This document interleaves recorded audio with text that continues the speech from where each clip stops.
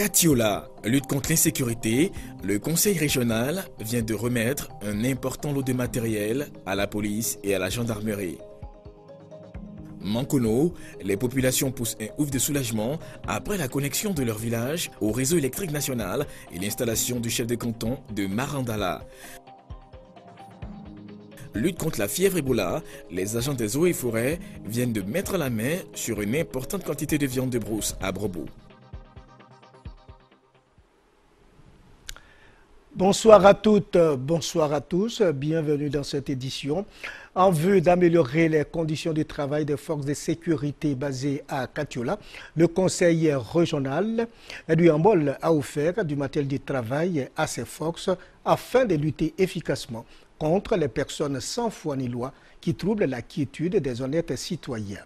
Reportage Brahima Dobia.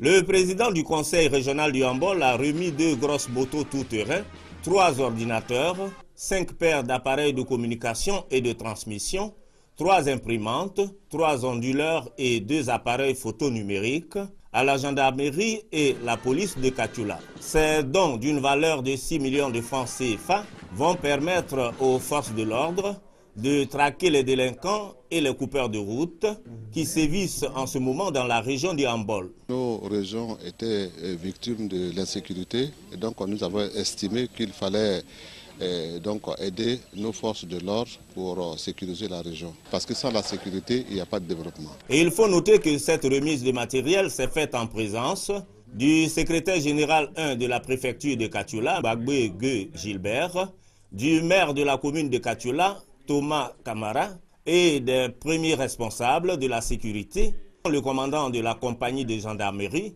et le commissaire de police de Katiola. L'éducation des enfants préoccupe au plus haut point les autorités municipales de Bono. À cet effet, pour la rentrée des classes prochaines, le conseil construit des écoles à Diakro et à Petit-Zuenoula. Le coût des travaux est estimé à plus de 40 millions de francs CFA. Le conseil est allé apprécier l'avancement des travaux. Les enfants des villages de Petit-Zuenoula et de Diakro dans la commune de Bono ne suivront plus les cours dans les salles de classe de fortune. De nouveaux bâtiments d'école sont en construction dans ces 2 villages. Le rêve caressé depuis longtemps par les populations de ces villages est devenu une réalité grâce à la municipalité de Bono. La nouvelle équipe municipale a décidé de rapprocher l'éducation des populations. Pour se rendre compte de l'avancée des travaux, le maire a fait une visite des chantiers. Le porte-parole des populations apprécie les efforts consentis par la mairie pour le bien-être des populations. On a mis nos enfants à l'école pour qu'au moins qu'on est venu vieux, que les enfants puissent que nous voient. On a vu, on ne peut pas faire, on peut quelque chose à faire encore. Parce que c'est nos enfants, ils doivent nous occuper les parents. Vous savez ce que ça passe à Diakro. On est content, on a joie aujourd'hui. Composées de 3 classes chacune et de bureaux des directeurs, ces écoles primaires ouvriront leurs portes à la rentrée prochaine pour le bonheur des tout-petits. Ces infrastructures scolaires ont coûté plus de 40 millions de francs CFA à la mairie de Bono. Ces projets du conseil municipal, notamment ceux de doter chaque grand village d'écoles primaires, rentrent dans la droite ligne de la politique du chef de l'État. Une politique qui vise à faciliter l'accès à l'école de tous les enfants dans les zones rurales. Pour l'année 2014, il est prévu la construction de nouvelles écoles primaires pour désengorger celles déjà existantes dans la commune de Bono. Niéméné, village de la sous-préfecture du même nom, a un nouveau chef. Son nom, Fofana Kodougo, cadre à la retraite, 61 ans. Kodougo conduira donc Niéméné vers des lendemains meilleurs. Localité de la région du Hambol, Niéméné est un village situé à 40 km de Dabakala. Cette localité vient de connaître une ambiance particulière. À la place publique du village, autorités administratives, politiques, traditionnelles et de nombreuses populations sont venues célébrer le nouveau chef de Niéméné. Cette intronisation de Fofana Kodongo a été le cadre d'une communion fraternelle entre filles et fils du pays Djimini. Le parrain de la cérémonie, Traoré Brahima, président du conseil régional du handball, a relevé la portée symbolique d'intégration des peuples Djimini et Tagbana qui ont en partage un fond linguistique et culturel. Il a par ailleurs exhorté le nouveau chef de Niéméné à exercer sa fonction dans la justice et l'impartialité pour le bonheur de la communauté villageoise de cette localité. Au nom de l'administration territoriale, le sous-préfet de Niéméné, Benoît Bassé, lui, est revenu sur les attributions du chef de village. Le chef doit travailler en étroite collaboration avec l'autorité préfectorale, a-t-il dit, avant de promettre que le nouveau chef aura son arrêté de nomination dans les jours à venir. Diplômé de l'École nationale supérieure des postes et télécommunications d'Abidjan, Fofana Kodongo est donc l'actuel chef de Niéméné. Âgé de 61 ans, il est aujourd'hui à la retraite.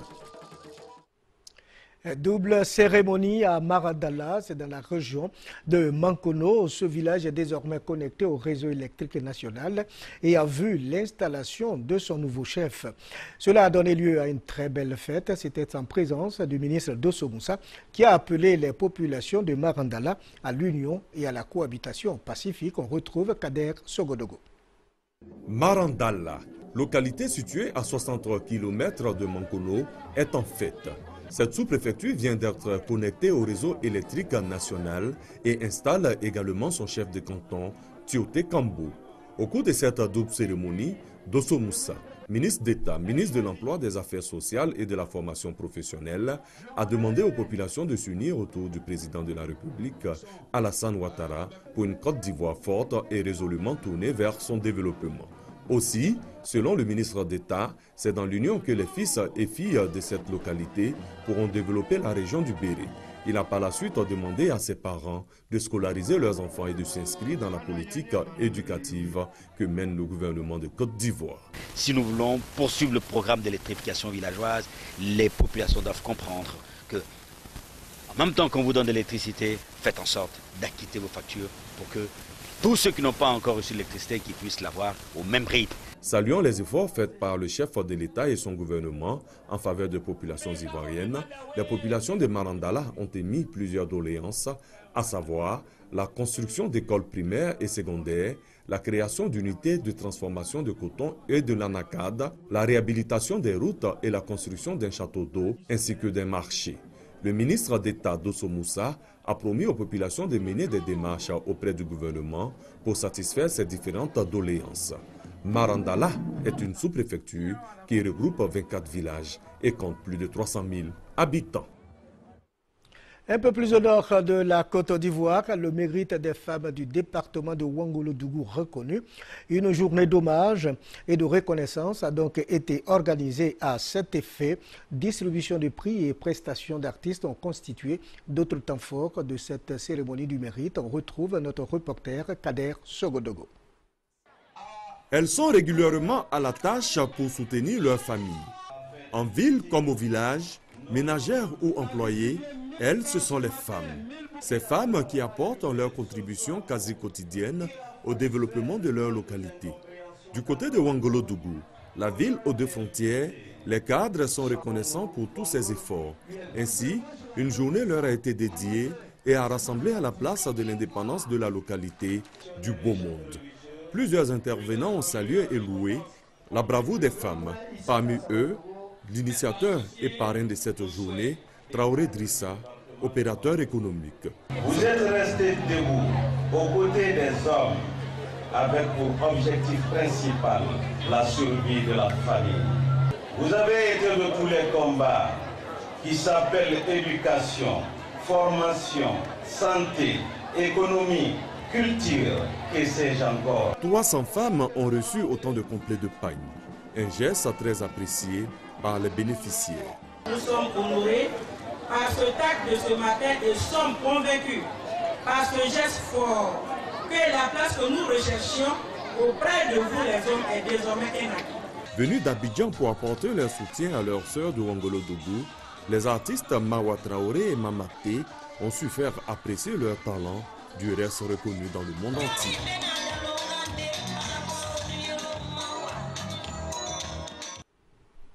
Sortie de promotion à l'INFAS de Korogo, les 237 infirmiers et sages-femmes qui ont obtenu avec brio leur diplôme d'État sont disposés à mettre leurs connaissances au service de leurs concitoyens pour la prévention des affections et surtout pour éviter qu'aucune femme ne meure en donnant la vie. La promotion sortante 2011-2014 de l'INFAS de Korogo est forte de 237 étudiants sur un total de 716 que compte cette école. Tous les étudiants de cette promotion ont obtenu le diplôme d'État, donc disposés à se mettre au service de leurs concitoyens. Nous sommes formés, nous sommes aguerris, nous attendons que l'État de Côte d'Ivoire nous mette sur le terrain pour que nous nous mettions au service de nos frères, de nos populations. Nous ne voudrons pas garder notre savoir dans les tiroirs, nous voudrons travailler pour le pays. L'INFAS de Korogo connaît quelques difficultés au plan des infrastructures. Cependant, le premier responsable de la structure garde bon espoir. Sage-femme, on a présenté 76 étudiantes au diplôme d'État. Les 76 sont admises.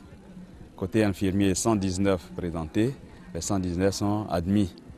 Et c'est vraiment très encourageant. On a des difficultés d'autres infrastructurelles, d'autres logistiques, mais j'ai bon espoir. Et lorsqu'on a suivi la déclaration du président de la République la veille de l'indépendance, il était question que les INFAS soient réhabilitées, notamment l'INFAS de Bouaké et l'INFAS de Korogo. Et nous avons bon espoir que ces difficultés que nous avons traversées ne sera qu'un lointain souvenir pour nous. Autre temps fort de cette cérémonie, le baptême de la promotion et la passation de flambeau des infirmiers et sages-femmes de la promotion sortante à leurs cadets, tout en leur inculquant les nobles vertus du dévouement et de l'abnégation au travail, toujours dans le souci de la prévention des affections et une Côte d'Ivoire où aucune femme ne perd la vie en donnant la vie. Malgré les interdictions de consommer de la viande de brousse, certaines délicates tenancières de maquis vendent encore de la viande de brousse. Et les agents des eaux et forêts en service à Brobo ont mis aux arrêts Dame Kwame Akissi Christiane qui répondra de ses actes devant les autorités judiciaires. Le gouvernement ivoirien a pris des mesures préventives pour lutter efficacement contre l'épidémie de la fièvre hémorragique à virus Ebola. Ces mesures ne sont malheureusement pas suivies par certaines tenancières de maquis. C'est le cas de Dame Kwame Akissi Christiane, restauratrice à Brobo, localité située à une vingtaine de kilomètres de la commune de Bouaké. Kwame Akissi Christiane continuait de commercialiser de la viande de brousse dans son restaurant. Elle a été prise la main dans le sac et mise aux arrêts par les agents des eaux et forêts qui veillaient au strict respect des mesures de l'État. J'ai reçu des informations anonymes. À 18h, j'ai interpellé Dame, la femme, avec les marmites. Je lui ai dit d'ouvrir. Elle m'a dit pardon. J'ai appelé le commandant de brigade de la gendarmerie. Ils m'ont porté main forte. On a fait partir la femme à la gendarmerie. La destruction de la viande saisie s'est déroulée en présence des autorités administratives et militaires de Brobo. Le sous-préfet de la localité en appelle au respect des mesures prises par le gouvernement ivoirien. Toute personne qui ne respectera pas ces mesures va subir la rigueur de la loi. Ces consignes doivent être respectées afin que nous soyons tous préservés de cette maladie qui est un fléau mondial. Dame Kwame Akissi Christiane a été déférée le lundi 11 août 2014 et répondra de ses actes devant les autorités judiciaires. Dans le même ordre d'idées, pour appuyer les décisions de l'État de Côte d'Ivoire dans la lutte contre la maladie, le préfet de Kouto a sensibilisé les populations sur les dangers de la maladie et également veillé au respect strict des nouvelles décisions gouvernementales. Le reportage d'Hassan Khan est commenté par Kader Sogodogo. La fièvre Ebola fait rage en Afrique de l'Ouest. On note déjà plus de 1000 morts. Face à cette situation, l'État de Côte d'Ivoire accentue la lutte contre la maladie. Cela avec des décisions drastiques telles que éviter de se serrer les mains, éviter de faire également des accolades. À Kouto, le préfet Kwame Bikalou a sensibilisé ses administrés afin que la population de cette partie du pays prenne conscience du danger. On nous a expliqué que les vecteurs de contamination se trouvent essentiellement dans la viande de brousse. J'ai responsabilisé les sous-préfets, j'ai responsabilisé les responsables des eaux et forêts pour qu'une traque, une chasse soit menée contre tous ceux qui vont aller à l'encontre des décisions du gouvernement. Pour les conseils pratiques de prévention contre la maladie, les populations sont invitées à prendre des précautions telles que se laver les mains ou encore éviter de manipuler les animaux morts. Le village de Kwakusekro dans la sous-préfecture de Ouélé vient de célébrer ses fils ordonnés prêtres. L'abbé Jean-Paul Bruno Bay a dit sa première messe dans son village natal. Le nouvel élu de Dieu a exhorté ses parents à l'amour du prochain et à l'entente. Les prières ont également porté sur le retour d'un climat de paix en Côte d'Ivoire. Kwakusekro, village de la sous-préfecture de Ouélé. Kwakusekro était à une date récente peuplé d'animistes et d'idolâtres. Aujourd'hui, Kwakusekro est à 80% évangélisé. Avec en prime 2 de ses fils ordonnés prêtres, dont l'abbé Jean-Paul Bruno Bay. Celui-ci a dit sa première messe d'action de grâce le week-end dernier à Kwakusekro, son village natal. Chant d'adoration, prière et bénédiction étaient au menu de cette cérémonie religieuse. Les différents intervenants ont remercié Dieu pour avoir mis les populations de Kwakusekro sur le chemin du salut et de la vie éternelle. Les serviteurs de Dieu ont exhorté les chrétiens de la localité à étendre leur mission d'évangélisation dans la région du Ifou. Le nouvel élu de Dieu, l'abbé Jean-Paul Bruno Bay, dans son homélie, a rendu grâce à Dieu. Il a invité ses coreligionnaires à promouvoir l'amour, le pardon et le partage en insistant sur l'amour du prochain. Des vertus qui ont fait du Christ un être d'exception et surtout des vertus qui peuvent ouvrir les portes du royaume des cieux. Mes prières sont pour l'unité de ce village, le développement de tous les habitants, pour que Dieu puisse régner en nous et pour nous. Que Dieu nous prenne en grâce, que Dieu nous bénisse. La première messe d'action de grâce de l'abbé Jean-Paul Bruno Bay a également été un moment de prière pour le retour définitif de la paix en Côte d'Ivoire. Religion encore, les étudiants et élèves membres de la jeunesse étudiante catholique GEC du diocèse de Bouaké et de Bobo-Dioulasso étaient en formation à Bouaké. Les assises ont débuté par une conférence sur le thème « La charité au service de l'évangélisation, la responsabilité de la jeunesse ». Le conférencier a exhorté la jeunesse catholique à multiplier les actions d'évangélisation sur le terrain. Depuis 2 ans, la jeunesse étudiante catholique GEC des diocèses de Bouaké et de Bobo-Dioulasso se retrouve pour renforcer leurs liens d'amitié dans le Christ. La 2e édition du camp de formation interdiocésain s'est tenue à Bouaké. Plusieurs activités étaient au menu de ce rendez-vous religieux entre ces 2 jeunesses catholiques. Conférences, visites des sites religieux dont la basilique de Yamoussoukro. Les 5 jours de rencontre ont débuté par une conférence. La charité au service de l'évangélisation, la responsabilité de la jeunesse était le thème débattu par l'aumônier diocésain de GEC de Bobo-Dioulasso. Gilbert Wougoubaré a exhorté la jeunesse catholique à multiplier les actions d'évangélisation sur le terrain. Pour lui, la jeunesse doit être le fer de lance de l'annonce de la bonne nouvelle. La jeunesse constitue cette couche importante qui doit recevoir l'évangile. Mais il faut que les jeunes d'abord prennent conscience de leur rôle d'évangélisateur et dans le monde. Le mouvement GEC, qui est la jeunesse étudiante catholique, qui se laisse former et qui par la suite se met sur le terrain de la formation des autres consciences. La série d'activités inscrites au programme du camp de formation interdiocésain vise à enrichir mutuellement les jeunesses pour un engagement plus grand au service de la société. La jeunesse étudiante catholique est un mouvement d'action catholique qui regroupe en son sein des élèves et étudiants désireux de donner les moyens afin d'agir positivement pour la promotion des bonnes pratiques religieuses. Lancement du tournoi de l'amitié et de la fraternité, tournoi doté du trophée Ali Koulibaly. 24 équipes sont en compétition. La finale du tournoi aura lieu le 7 septembre 2014. Voyons à présent la cérémonie d'ouverture avec Ouattara Amadou et Kader Sogodogo.